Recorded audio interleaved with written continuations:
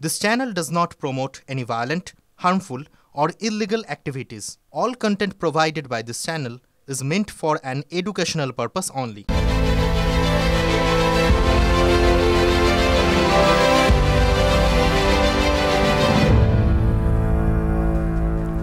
নমস্কার, রাত ৮টায় আপনার সামনে ঠোটকাটা আপনার কথা বলতে ১ ঘন্টা প্রতিদিনের মতো। ধর্মঘটের দিন ছিল, ধর্মঘট হলো। সফল কি ব্যর্থ পরে কাটাছেঁড়া হবে, স্পেশালে দেখাবো। মঙ্গলবারের নবান্ন অভিযানে পুলিশি অত্যাচারের বিরুদ্ধে আজ ধর্মঘটের ডাক ছিল।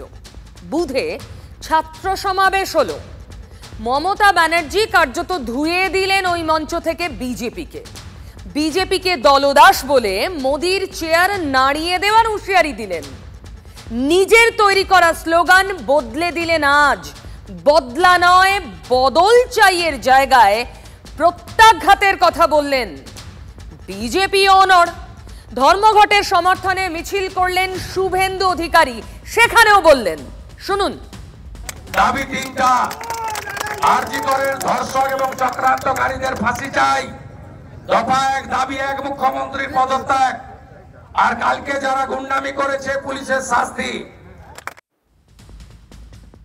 বিজেপি বলছে তৃণমূলকে মুখ্যমন্ত্রীর পদত্যাগ, দফা ১, দাবি ১। তৃণমূল বলছে বিজেপিকে। কোথায় গেল সেই কণ্ঠস্বর? কাতারে কাতারে সাধারণ বাড়ির বউ থেকে শিশু সবাই চিৎকার করে বলছিলেন, we want justice. Justice! We want justice! We want justice! We want justice! We want justice!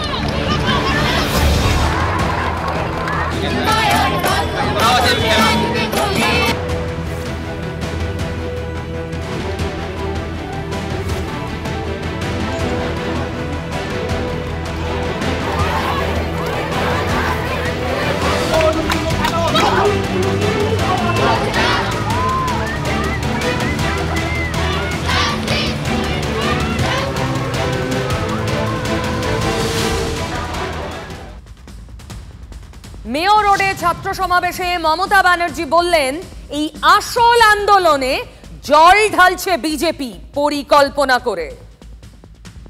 ওরা কিন্তু আন্দোলনটাকে জল ঢেলে দিয়ে আসল আন্দোলন থেকে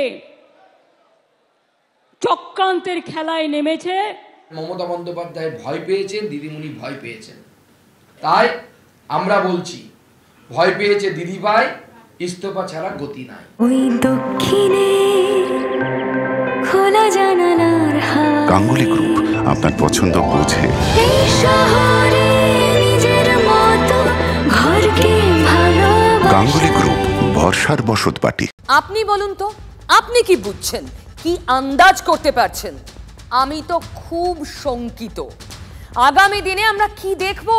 শুধু তৃণমূল আঙুল তুলবে বিজেপির দিকে আর বিজেপি তৃণমূলের দিকে।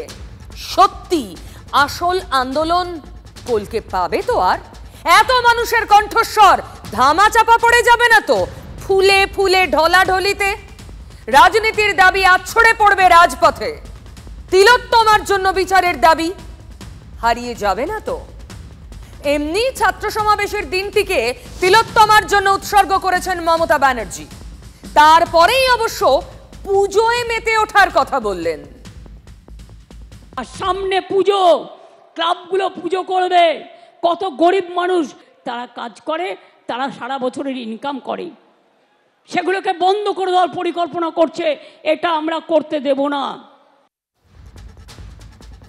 মুখ্যমন্ত্রীর মুখে ছাত্র সমাবেশে দাঁড়িয়ে পুজোর কথা, পুজোয় মেতে ওঠার কথা, পুজোয় ব্যবসার কথা। তাহলে সব ইঙ্গিত খুব স্পষ্ট হচ্ছে না? তিলোত্তমার আন্দোলন থেকে মনোযোগ ঘোরানোর প্রবল চেষ্টা শুরু। চলুন এই জায়গাটাতে আজ ফোকাস করি। 1947-এর 14ই আগস্ট মধ্যরাতে আমরা স্বাধীনতা পেয়েছিলাম। 2024-এর 14ই আগস্ট মধ্যরাতে সম্পূর্ণ অচেনা ছবি দেখলাম আমরা, আমাদের রাজ্য। আরজি করে অন ডিউটি ডাক্তারকে ধর্ষণ করে খুনের প্রতিবাদে অচেনা এক মেয়ের ডাকে রাত দখলে নেমেছিলেন লক্ষ লক্ষ মানুষ। ওই দক্ষিণে খোলা জানালার হাওয়া। গাঙ্গুলি গ্রুপ আপনার পছন্দ বোঝে। এই শহর গাঙ্গুলি গ্রুপ, ভরসার বসতবাটি। অচেনা, সম্পূর্ণ অচেনা নেতাবিহীন আন্দোলন আমরা দেখেছি। কোনো রাজনৈতিক দল নয়, নাগরিকের ডাকে নাগরিকদের আন্দোলন। দিন যত গড়াচ্ছে সেই আন্দোলনের তেজ বাড়ছে। একটা ছবি দেখাই।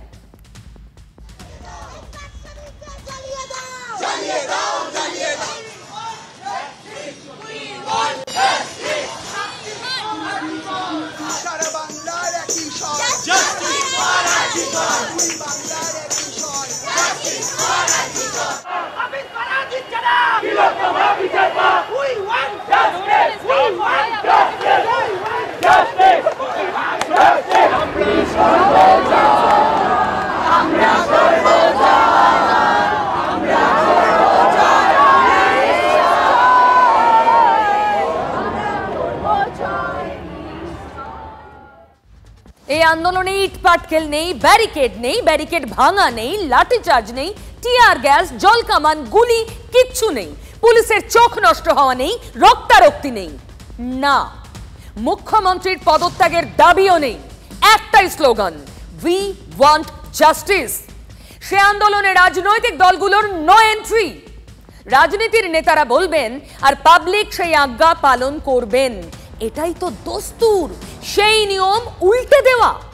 নেতারা তো আর পাবলিকের নেতৃত্বে চলতে পারেন না, শুধু ভোটটা দরকার। এরকম নিরামিষ আন্দোলন কখনো চলতে পারে নাকি চলতে দেওয়া উচিত? ওই আন্দোলন ন্যায় বিচার আনতে পারে, কিন্তু গদির স্বাদ দিতে পারে। তাই শুরু হয়ে গেল স্বাস্থ্য ভবন অভিযান, তারপর নবান্ন অভিযান, তারপর ধর্মঘট, তারপর মুখ্যমন্ত্রী নিজের রাস্তায় নামা।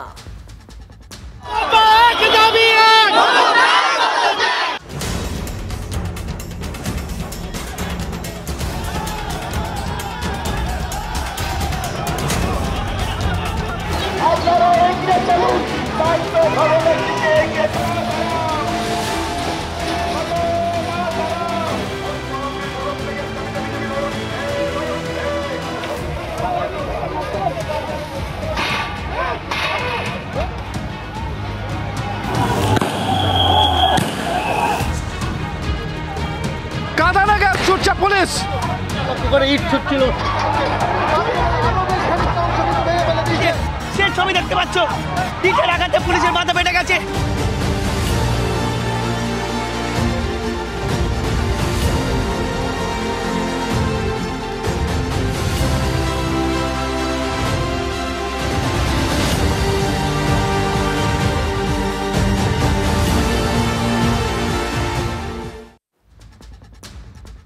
কি জানেন তো, খেলাটা চেনা পিছে নিয়ে আসতে পারলে শাসকেরও সুবিধা, বিরোধীদেরও। স্বাস্থ্য ভবনের পর নবান্ন অভিযান, ধর্মঘট, উজ্জীবিত বিজেপি। তবে নবান্ন অভিযানটা নিজেদের নামে ডাকেনি গেরুয়া শিবির। এবার একদিনে 3 অভিযানের ডাক। আরে একটা নবান্ন অভিযান নয়, দেখতে পাবেন ঠিক টাইম, যারা ডাকছে দেখতে পাবেন। একদিনে 3টে অভিযান হবে, নবান্ন, লালবাজার আর কালীঘাট। কোথায় পালান আপনাকে দেখো, আপনাকে রাজীব কুমার, বিনীত গোয়েল কিভাবে বাঁচায় আমরা দেখব। আপনাকে বাংলা ছাড়তে হবে। হয়তো কাকতালীয়, হয়তো নয়। বিরোধী দলনেতার ঘোষণার পরই জানা গেল মুখ্যমন্ত্রীর বাড়ির চারপাশের আরো বেশি এলাকা 2 মাসের জন্য 163 ধারা, মানে আগের 144 ধারার আওতায় নিয়ে আসা হলো। তাৎপর্যপূর্ণভাবে আরও কয়েকটি জায়গায় এই 163 জারি করা হলো। তার মধ্যে রয়েছে ভবানী ভবন, অর্থাৎ পশ্চিমবঙ্গ বা রাজ্য পুলিশের হেডকোয়ার্টার অফিস ভবানী ভবন, রয়েছে ডিজি বাংলো এবং মুখ্য সচিবের বাংলো। তাহলে কি যে শুভেন্দু অধিকারী অর্থাৎ বিরোধী দলনেতা একই দিনে নবান্ন, লালবাজার এবং কালীঘাট অভিযানের কথা বলেছেন, সেটাকে মাথায় রেখেই এই নতুন করে 163 জারি করতে হলো আলিপুর থানার এই 3টে জায়গায়। পিচ তৈরি, মাঠে নেমে পড়েছে বিজেপি। চেনা মাঠ। তৃণমূল ছাত্র পরিষদের সভায় মুখ্যমন্ত্রী নিদান দিলেন, যেটা করা দরকার ভালো বুঝবেন, করুন। মনে রাখবেন, বিজেপির সাথে মিলিয়ে গিয়ে পুলিশকে পেটালে আপনাকেও কিন্তু কেউ গায়ে হাত দিতে পারে, সেটা যেন না হয়। আমাকে অনেক গালাগালি দিয়েছেন, অনেক অসম্মান করেছেন, আমি অনেক ভেবেছি, কিন্তু আমি ভেবে দেখলাম যে এদের বিরুদ্ধে আমি কোনোদিনও বদলা নিইনি। আমরা বলেছিলাম বদল চাই, বদলা নয়। আজ বলছি ও কথা নয়, আজ বলছি যেটা করার দরকার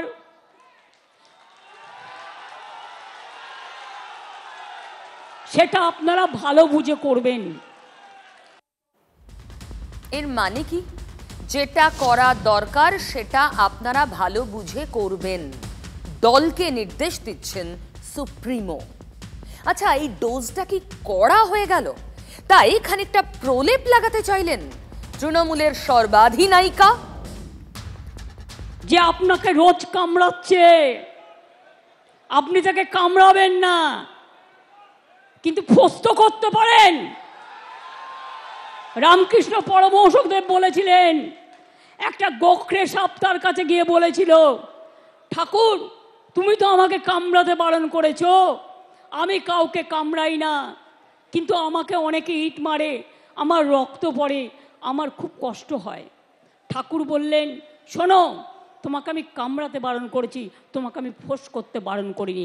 আগামী দিন আপনাদের কাজ হচ্ছে চক্রান্তকারীদের মুখোশ খুলে দিয়ে ফোঁস করতে শিখুন, ফোঁস করতে শিখুন, ফাঁস করে দিন। কবি সুকুমার রায় হয়তো এনার কথা ভেবেই অতীতে লিখে গেছিলেন, সেই সাপ জানতো গোটা দুই আনতো। বাংলাতে দুজনই সাপ এখন আছে দেখতে পাচ্ছি আমরা। তবে তাদের জন্য কি ট্রিটমেন্ট হবে, জনগণ কি ট্রিটমেন্ট করবে সেটাও কিন্তু বলে গেছেন কবি। তেরে মেরে ডান্ডা করে দিই ঠান্ডা। যারা ফোঁস করতে আসবে, বাংলার জনগণ তাদের তেরে মেরে ডান্ডা করে দিই ঠান্ডা এই মন্ত্র দিয়েই ট্রিটমেন্ট করবে। একেবারে প্রম্পট রিয়াকশন দিয়েছে যে উনি বলেছেন ফোঁস করতে 70 বছরের উপরের একজন বিধায়িকার গলা টিপে ধরেছে। স্লোগান পাল্টে দিশা থেকে দিদি কি বলছে, এবার থেকে কিন্তু ফোঁস করতে হবে। দিদি তার ভাইদের বলছে তোমরা ফোঁস করা শুরু করো, কাল থেকে ফোঁস করা শুরু হয়ে যাবে, ফোঁস ফাঁস শুরু হয়ে যাবে, অর্থাৎ মার দাঙ্গা শুরু হয়ে যাবে কাল থেকে। দিদি এখন তোড়ফোড় করতে চাইছে গোটা আন্দোলনটাকে। কোনো সন্দেহ নেই মুখ্যমন্ত্রী উস্কানি দিলেন, হিংসা ছড়াবার চেষ্টা করলেন বাংলার মানুষ উঠবে। অধীর চৌধুরী বললেন কাল থেকেই ফোঁস শুরু হয়ে যাবে। বিশ্বাস করুন, আজ থেকে শুরু হয়ে গেছে। দুর্গাপুরের ছবিটা দেখুন। শহরের প্রাণকেন্দ্র সিটি সেন্টারে বোমা পড়লো সিপিএম এর মিছিলে, বোমা পড়লো পুলিশের সামনে। সিটি সেন্টার এলাকাতেই মহকুমা শাসকের দফতর, আদালত, ঠিক তার পাশে সিপিএম এর কার্যালয়ে আগুন। সামনে সেখানে রাখা একাধিক বাইক ভাঙা হলো। একাধিক সিপিএম কর্মীর পাশাপাশি জখম হলেন পুলিশের কর্মীরাও।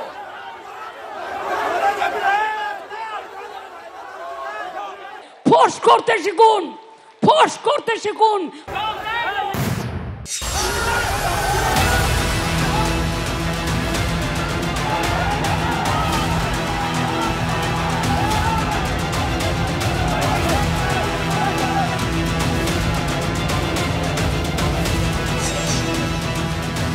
প্রভোকেশনটা আছে, প্রভোকেশন আছে, একদম সর্বোচ্চ স্তর থেকেই প্রভোকেশনটা আছে।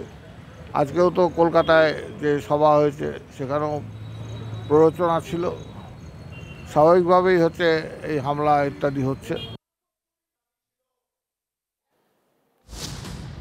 দেখুন, এরকম খেলার জমি পেলে সবাই চালিয়ে খেলতে চায়। বিজেপির রাজ্য সভাপতি সরাসরি এই ফোঁস নিয়ে নালিশ ঠুকে চিঠি দিলেন স্বরাষ্ট্রমন্ত্রী অমিত শাহকে।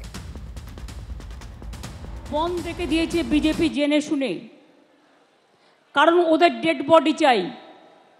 আমরা শান্তি চাই, আমরা বিচার চাই, আমরা দোষী ব্যক্তির শাস্তি চাই, ফাঁসি চাই।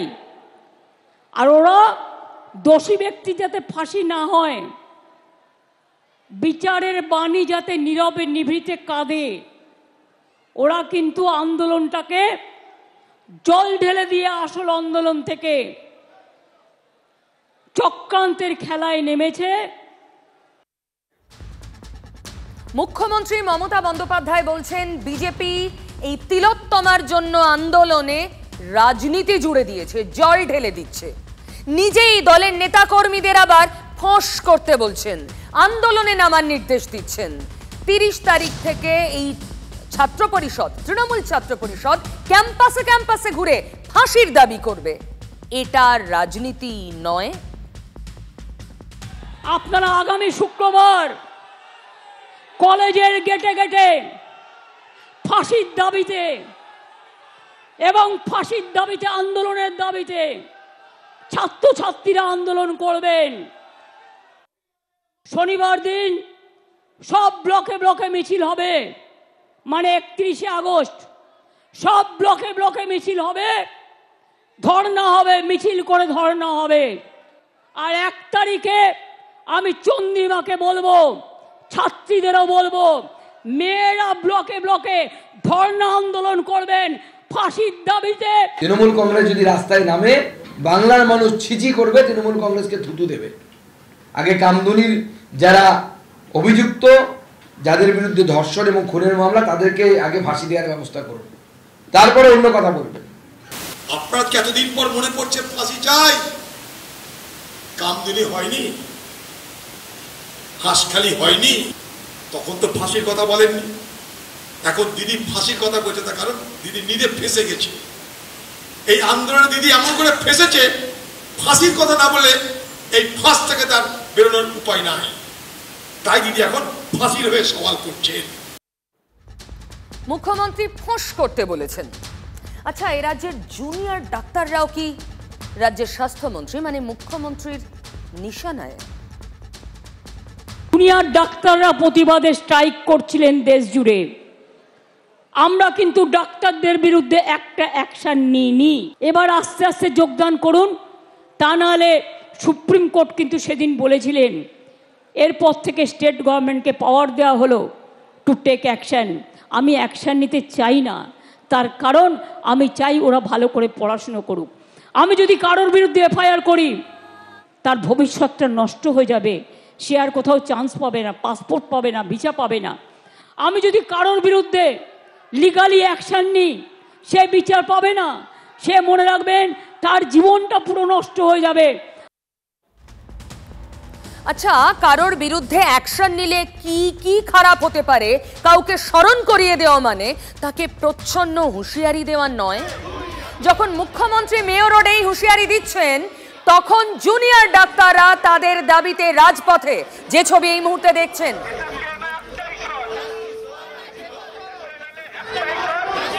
ঘুরপথে ডাক্তারদেরকে হুমকি দিচ্ছে।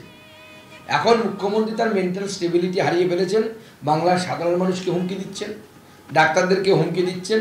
মুখ্যমন্ত্রী যেভাবে আজকে পদে পদে ভয় দেখাবার চেষ্টা করেছেন, উস্কানি দেওয়ার চেষ্টা করেছেন, আর যদি থ্রেট করেছেন সব জীবন নাকি ধ্বংস হয়ে যাবে উনি এফআইআর করলে, অসম্ভব ভয় পেয়েছেন মুখ্যমন্ত্রী, এগুলো তার প্রতিফলন। অর্থাৎ দিদি পশ্চিমবঙ্গের ডাক্তার সমাজকে তাদের আন্দোলনের জন্য থ্রেট করা শুরু করলো আজকে ছাত্র পরিষদের প্রতিষ্ঠা দিবসকে সামনে রেখে। নেতারা তো বলবেনই, কিন্তু মুখ্যমন্ত্রীর এই প্রচ্ছন্ন হুঁশিয়ারির পর জুনিয়র ডাক্তাররা কি বললেন শুনুন।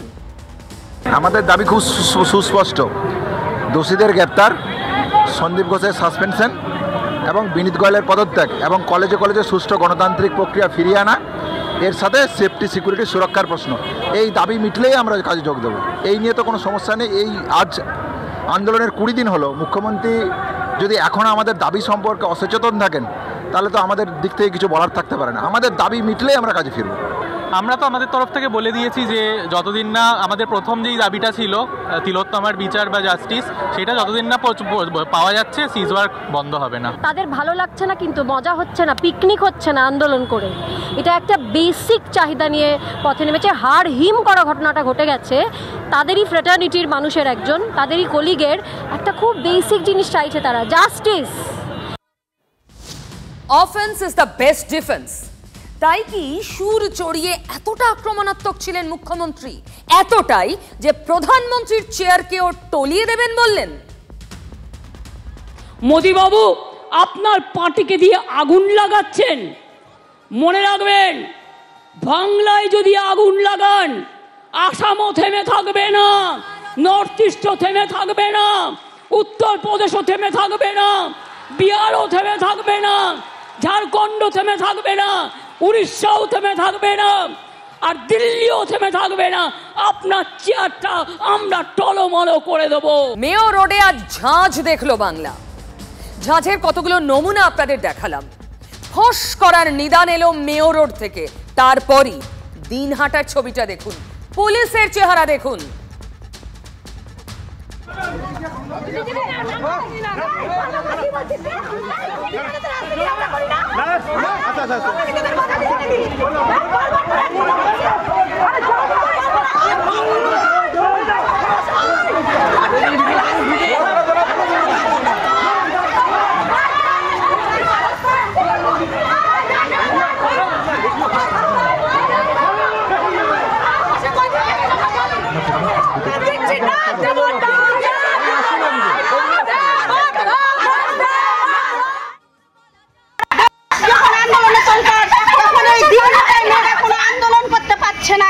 দিনহাটার মেয়েরা সবচেয়ে নিরাপত্তাহীনতায় ভুগছে। দিনহাটার মেয়েরা খালি আপনারা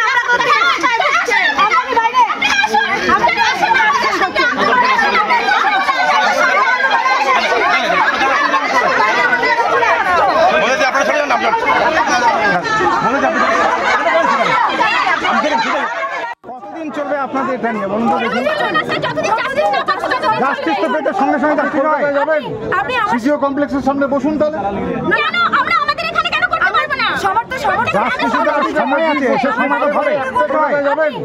সিজিও কমপ্লেক্সের সামনে বসুন তাহলে। সিজিও কমপ্লেক্সের সামনে বসুন তাহলে। সিজিও কমপ্লেক্সের সামনে বসুন তাহলে। পুলিশ আন্দোলনকারীদের বলছে আন্দোলন করতে হলে সিজিওতে গিয়ে বসুন। তৃণমূলের কথা পুলিশের মুখে, বাকিটা আমাকে বলতে হবে না। তবে এই সবের মধ্যেই, রাজনীতির টানাটানির মধ্যেই একটা ভালো খবর আশার আলো হাইকোর্ট থেকে এলো। নিয়োগ হবে, শিক্ষক নিয়োগ। কবে থেকে কত রকম জটে আটকে রয়েছে যে নিয়োগ, এ নিয়ে এবার আপনাদের একটা ভালো খবরই আমি শোনাবো, ডিটেইলে দেব। উচ্চ প্রাথমিকে শিক্ষক নিয়োগের জট অবশেষে কেটে গেল। 14,052টি পদে নিয়োগের জন্য নতুন করে মেধা তালিকা প্রকাশের নির্দেশ দিল আদালত। আর সেটা এর আগে মেধা তালিকা থেকে বাদ পড়া 1463 জনকে নিয়েই।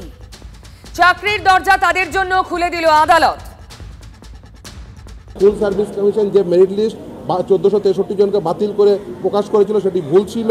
এই 1463 জনকে ইনক্লুড করে নতুন করে মেরিট লিস্ট দিয়ে তাদের আবার কাউন্সিলিং করাতে হবে 4 সপ্তাহের মধ্যে। 4 সপ্তাহের মধ্যে মেরিট লিস্ট এবং তার পরবর্তী 4 সপ্তাহের মধ্যে কাউন্সিলিং।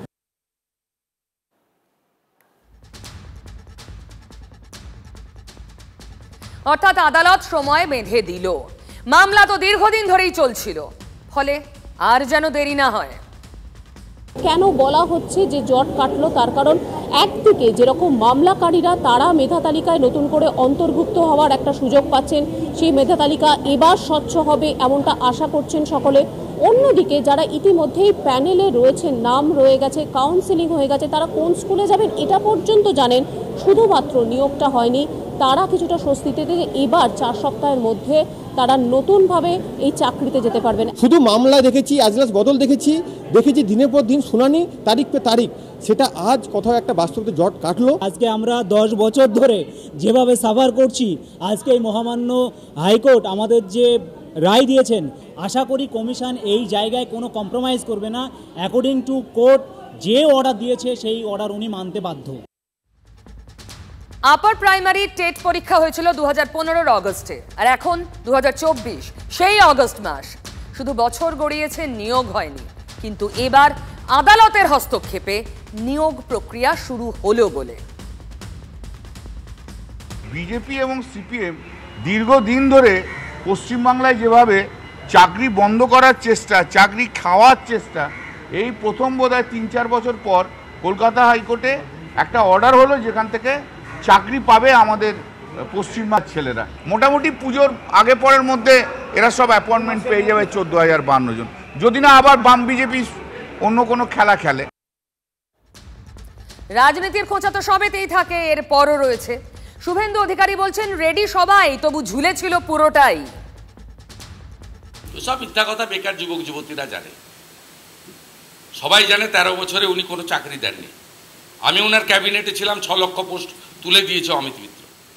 তখন অর্থমন্ত্রী ছিলেন, 60,000 কন্ট্রাকচুয়াল ঢুকিয়েছেন, অধিকাংশই টাকা নিয়ে এবং পার্টির ক্যাডারদের। কলকাতা হাইকোর্টের রায়ের পরেই সোশ্যাল মিডিয়ায় পোস্ট করেছেন শিক্ষামন্ত্রী ব্রাত্য বসু। সেই পোস্টের ছবি আপনারা দেখছেন। বিরোধীরা যাই বলুক, মুখে চওড়া হাসি, পুজোর আগেই কর্মপ্রার্থীদের ফুটবে, এই পোস্টে স্পষ্ট করেছেন শিক্ষামন্ত্রী।